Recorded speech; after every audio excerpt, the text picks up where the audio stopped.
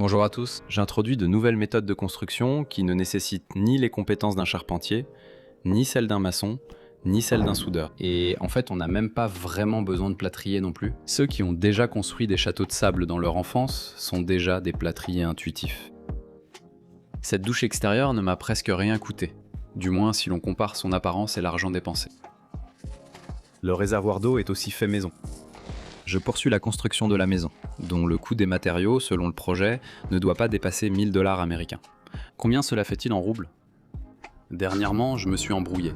Et à cause de la forte chaleur qui a suivi un froid printanier sans précédent, j'ai décidé de fabriquer rapidement une douche extérieure. Et surtout, sans dépenser du tout de métal ni de bois, car tout cela est un luxe de nos jours. Tout d'abord, j'ai acheté cette petite quantité de Penoplex, c'est-à-dire du polystyrène extrudé. Presque tout fait 3 cm d'épaisseur, et seulement 3 plaques font 5 cm d'épaisseur. Comme ici à Gomel, je n'ai trouvé nulle part du polystyrène déjà rugueux des deux côtés, appelé Penoplex Stena. Je rends donc le Penoplex Comfort rugueux, avec une brosse métallique. Je ne bâcle pas ici, la surface doit être très rugueuse. À partir de 3 plaques de 5 cm d'épaisseur chacune, je colle la base du réservoir du toit.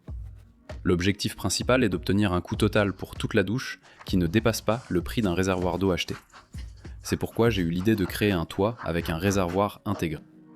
Et comme j'ai déjà de l'expérience dans la fabrication de murs de cette manière et que je suis totalement sûr de pouvoir les réaliser, je me suis tout de suite attaqué à la partie la plus difficile, la fabrication du toit du réservoir. Pour maintenir les pièces ensemble pendant le collage, je les fixe temporairement avec des vis. Ensuite, je les retire car nous n'avons pas besoin de métal. Comme d'habitude, je colle le polystyrène expansé avec de la mousse-colle polyuréthane. Elle se dilate beaucoup moins que la mousse expansive et il est donc plus pratique de travailler avec elle dans de tels cas. Je découpe préalablement le treillis en fibre de verre résistant aux alcalis pour l'adapter aux dimensions nécessaires. Et ensuite, tout se passe presque comme avec les murs de la maison à 1000 $ et comme avec les murs de nos toilettes extérieures de style européen qui sont réalisés selon la même technologie. J'utilise des mortiers conçus pour coller des plaques de polystyrène et de laine minérale à la base lors des travaux d'isolation thermique et pour la réalisation de couches armées.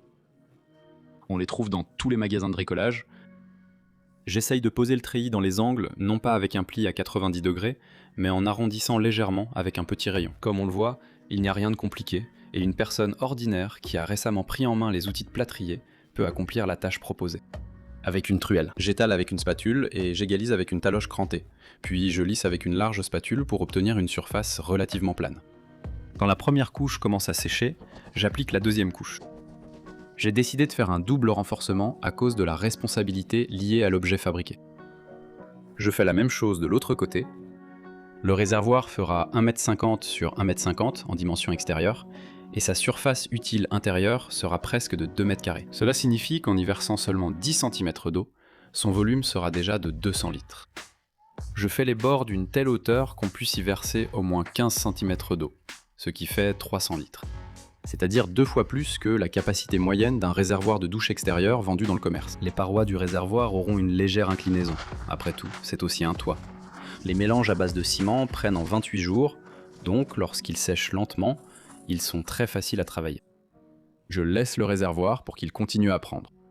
D'ailleurs, sous les vidéos sur la construction d'une maison pour 1000 $ et sur notre Eurotoilette, dans les commentaires, on me renvoie souvent au conte des 3 petits cochons. Je ne m'en offusque pas et je vais répondre avec des mots datant encore de l'époque soviétique. Peut-être sommes-nous nés pour transformer un conte en réalité.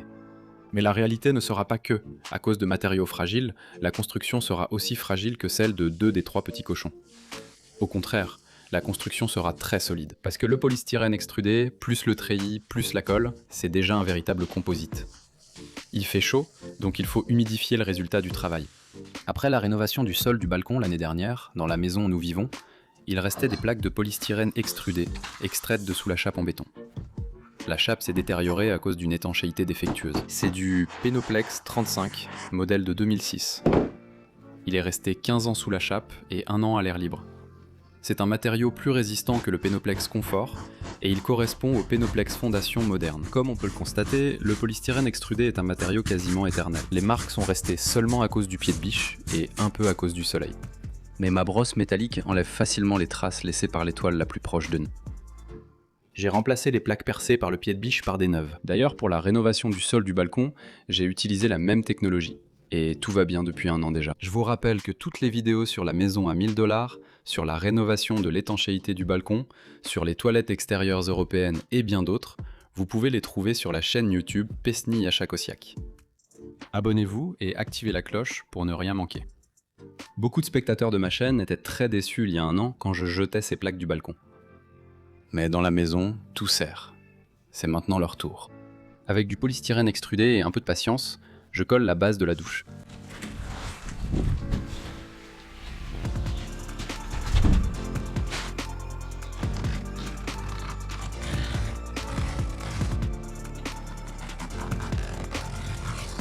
On me demande souvent quel mélange adhésif j'utilise. J'ai aussi utilisé celui-ci, et aussi celui-là, et j'en ai utilisé d'autres aussi. J'essaie de prendre ceux qui sont en promotion.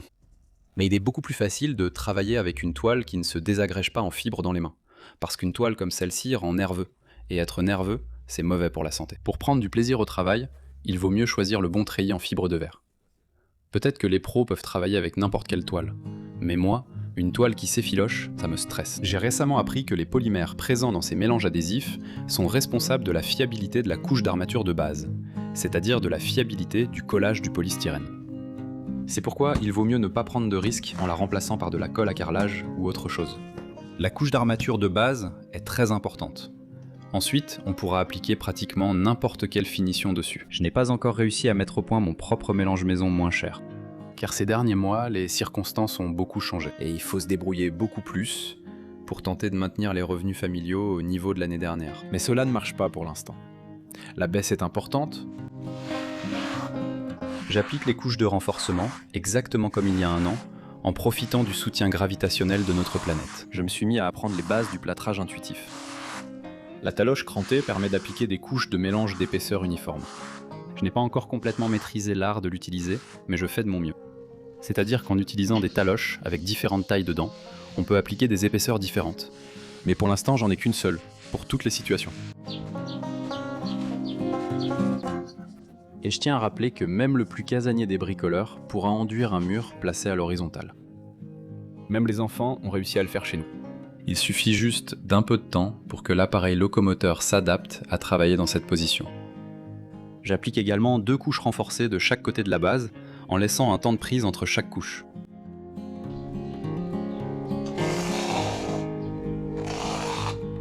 Cette grille en plastique est elle aussi un reste de la rénovation du balcon. Il vaut mieux réaliser de tels projets en parallèle, par exemple lorsque vous travaillez sur votre terrain de campagne ou dans votre jardin, vous vous arrêtez un instant pour vous en occuper. Sur la base, j'ai calculé et tracé l'emplacement des futures cloisons, et j'ai utilisé des chutes de goulottes en plastique de section 12 sur 12 mm. Avec de la colle à carrelage de l'année dernière, j'ai réalisé une mini chape en pente.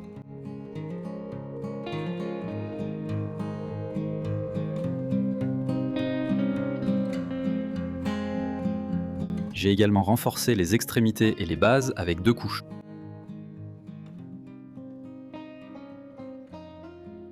Et pour une fiabilité maximale, j'ai aussi renforcé la chape.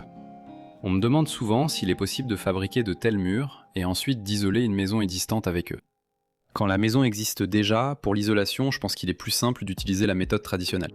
C'est-à-dire coller du polystyrène extrudé à l'extérieur des murs et créer un sous-enduit armé à sa surface, sur laquelle on peut ensuite appliquer de nombreuses variantes de revêtement de finition. Des murs comme les miens, il vaut mieux les faire quand il n'y a pas encore de mur du tout. On a obtenu une pente d'environ 1,5 cm par mètre. Cette pente est suffisante pour que la gravité de notre planète, encore verte pour l'instant, puisse entraîner l'eau et la diriger vers la fosse d'évacuation. Chaque peuple a ses propres caractéristiques distinctives. Nous, les Biélorusses, sommes souvent critiqués pour notre attitude du « ce n'est pas mon problème ». Je suis d'accord, ce n'est pas la meilleure des qualités. Mais une maison qu'on peut déplacer, là, c'est carrément une super maison. La méthode dont il est question ici est capable d'assurer cela. Les nuages ont commencé à s'accumuler, j'ai pris la maison et je suis parti. Ceci est notre toilette extérieure que nous avons construite l'année dernière. Pressentant un prochain déplacement, je n'ai pas encore creusé de fosse pour lui. Il n'est pas encore utilisé. Construire une douche à côté n'est pas pratique, donc nous le remettrons à sa place une fois que nous aurons construit la douche. L'avantage évident de cette méthode, c'est que c'est solide, rigide et transportable. Et pendant ce temps, notre vieux chien garde la maison qui vaut 1000 $.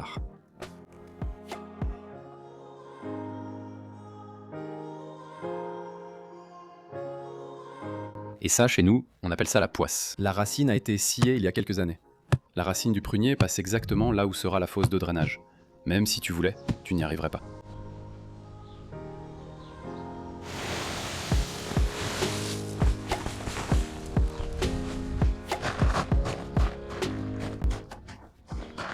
Un peu de gravier et j'ai pu me débarrasser de 3 vieux pneus.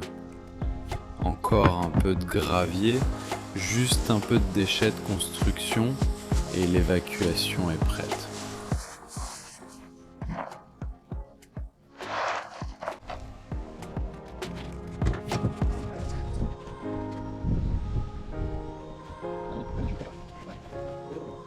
Ensuite, à l'aide d'une cale en bois avec un niveau à bulles posé dessus, j'essaye de créer une dépression, des repères, selon lesquels je vais niveler la surface de la base. Je saupoudre la surface nivelée d'une fine couche de sable et je pose la base.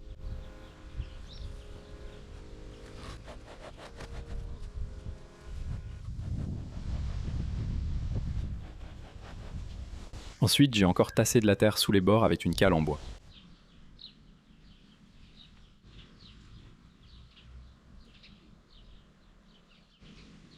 J'ai réussi à respecter le niveau. Peu après, une courte pluie l'a confirmé. Le polystyrène extrudé est un matériau universel. On l'utilise pour l'isolation des sols, des toits, des murs et des balcons. Et j'essaie justement de développer une méthode où ce matériau, renforcé par un treillis et de fines couches de mélange de construction bon marché, se transforme d'un simple isolant en un matériau de construction solide. Et encore une fois, je prends la peine de rendre les plaques rugueuses. N'ayant pas trouvé comment utiliser le bord en L pour assembler les angles, je le coupe sur les côtés courts. Je coupe également le bord en L des 4 premières plaques sur un côté long. Cette fois, j'ai décidé de me lancer dans la création des murs directement en position verticale, car j'avais envie de changer un peu. C'était en juin, et ma femme a décidé de se vanter de la première récolte de courgettes de nos plates-bandes hautes et chaudes. Comme disaient certains amis ivrognes, en été, le principal, c'est de tenir jusqu'aux courgettes. Et alors, il y aura des amuse-gueules pour longtemps. Je suis tout à fait d'accord avec eux.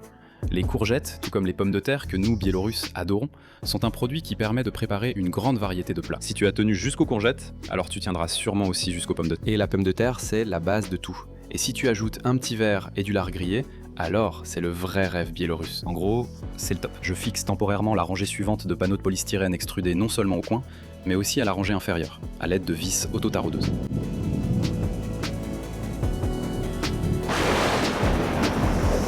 Même dans cet état, notre future construction a survécu à un violent orage nocturne.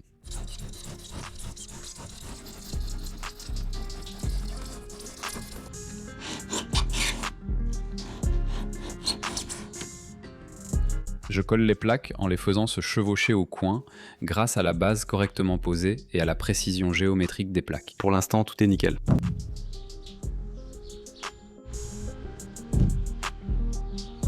Et sur ces images, c'est mes débuts dans la création de la couche d'armature des murs verticaux. Un peu en accéléré, ça a l'air plutôt correct. En bas, je rabats le treillis et je le colle à la base. Il est possible que cette méthode puisse être considérée comme une version moderne de la technique du torchis, qui remonte à des siècles. Au lieu d'une ossature, on utilise du polystyrène expansé, au lieu de la paille hachée, une armature en fibre de verre, et au lieu de l'argile, un mélange moderne de plâtre-colle, c'est-à-dire tout selon le feng shui classique du bâtiment. La chaleur est arrivée, mais c'est justement elle qui pousse à construire la douche d'été de plus en plus vite. Pendant la pause, je l'ai recouvert d'un film plastique pour éviter le dessèchement. D'ailleurs, c'est un excellent exercice physique qui, combiné à l'agro-fitness, aide à maintenir au moins un certain niveau d'activité physique. Je tiens à noter que j'ai aussi apprécié travailler lorsque les murs étaient en position verticale. Il est temps pour nous de redresser le dos. Je pense qu'ainsi, rangée après rangée, on peut construire absolument n'importe quelle structure. Les caractéristiques thermiques nécessaires sont obtenues grâce à l'épaisseur du polystyrène expansé utilisé et la solidité grâce à l'épaisseur de la couche d'armature. De toute façon, il faut passer par l'opération de plâtrage, et ainsi, toute la construction dépend presque uniquement de cette opération. Aucun repère n'est nécessaire car avec des couches fines, il est très difficile de commettre de grosses erreurs. L'épaisseur des couches d'armature n'est que de quelques millimètres, ce qui permettra de réduire de plusieurs dizaines de fois le volume de construction, avec des tonnes en moins. Si l'on pouvait continuer à s'appuyer sur quelque chose, on pourrait probablement construire une tour de cette manière.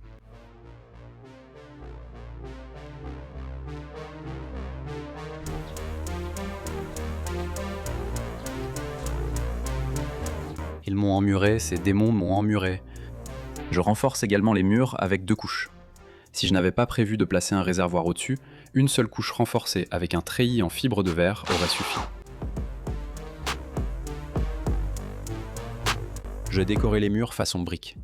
Il n'est pas difficile non plus de les faire façon bois, mais la brique est plus un signe de prospérité que le bois. Et comme on le sait, l'apparence compte plus que l'argent. Je ne sais pas si on peut appeler l'utilisation de telles règles avec des clous, placés selon les dimensions d'une brique, une astuce, mais elles font vraiment gagner du temps. Le guide repose sur les clous et non sur le mur, ce qui permet de tracer les joints sur le mortier fraîchement appliqué. Les méthodes pour obtenir de tels revêtements bon marché sont nombreuses, donc ici, pas besoin d'en dire plus.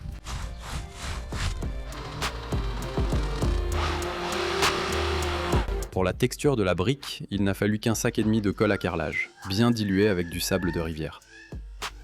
Les potagers, les arbres fruitiers, les arbustes, les pelouses nous épuisent, nous jardiniers, amateurs de potager et passionnés d'ordre paysager, jusqu'à la dernière goutte d'énergie. Et seule une douche extérieure est capable de nous redonner pleinement nos forces. L'eau, chargée de l'énergie du soleil, peut véritablement nous redonner de la vigueur et nous offrir un second souffle pour de nouveaux exploits et accomplissements.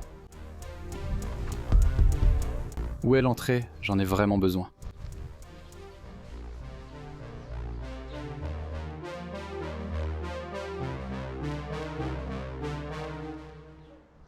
Notre construction tient déjà assez solidement.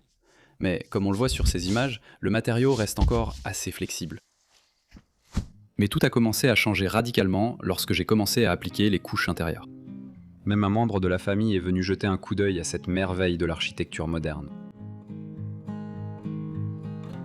Et avec ce type de construction, on peut aussi se passer de cadre, ce qui simplifie encore les choses. En bas, je n'oublie pas de faire chevaucher le treillis sur la base. Et si je pouvais revenir en arrière, avec les connaissances d'aujourd'hui, j'aurais construit la maison à 1000 $ complètement sans ossature.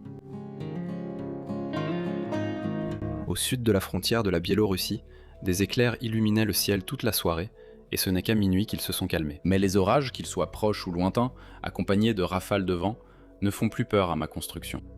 Tout est déjà très solide et ne fera que se renforcer. Pendant ce temps, le toit du réservoir a déjà gagné en solidité, et il est recouvert de 2 couches d'un produit d'étanchéité fiable, qui restait de l'année dernière après l'étanchéité du balcon. Je pense qu'on trouvera difficilement des tuyaux en plastique de grand diamètre moins chers que des tuyaux d'égout de 50 mm. J'ai décidé de les utiliser pour le contour du réservoir d'eau. Il sera également facile d'y fixer du polycarbonate transparent pour créer un effet de serre et accélérer le chauffage de... La logistique de livraison de ces matériaux de construction est très pratique.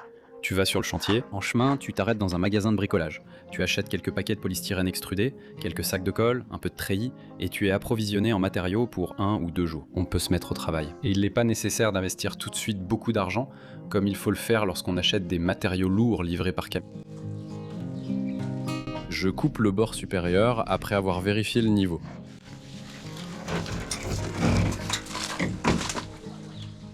Qui sait, c'est peut-être un réservoir. C'est une répétition générale avant de se lancer dans la création d'une piscine en utilisant ce matériau composite bon marché.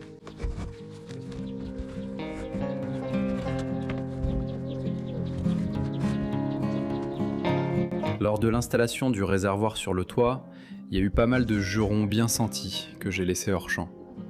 Le réservoir s'est avéré loin d'être aussi léger qu'on pourrait le croire. Et ce n'est qu'en retirant temporairement le cadre que nous avons réussi à la mettre en place.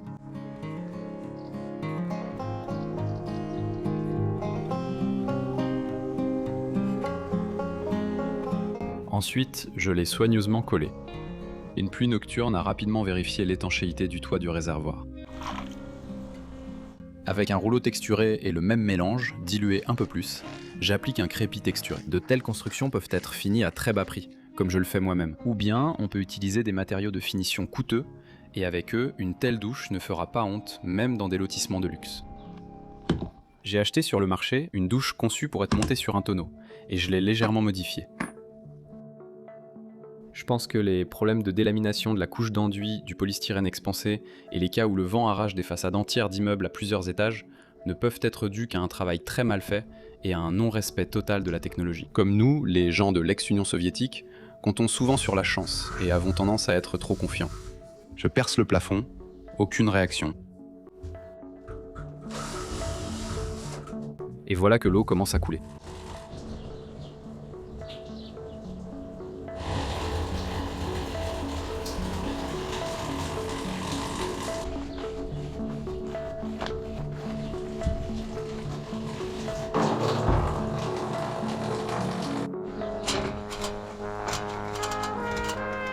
Il est possible que je sois le premier homme à avoir osé grimper sur une structure aussi haute avec un noyau en polystyrène expansé. C'est un petit pas pour l'homme, mais peut-être un bond de géant pour toute la construction à très bas coût. Mais il me semble que quelqu'un a déjà dit quelque chose comme ça, non ?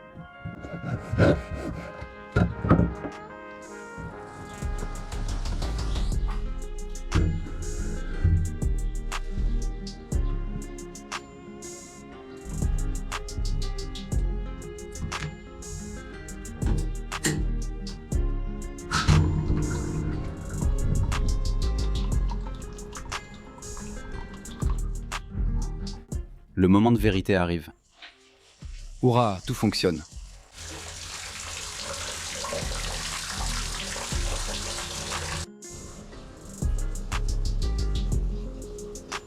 L'enduit a séché et il ne reste plus que des broutilles.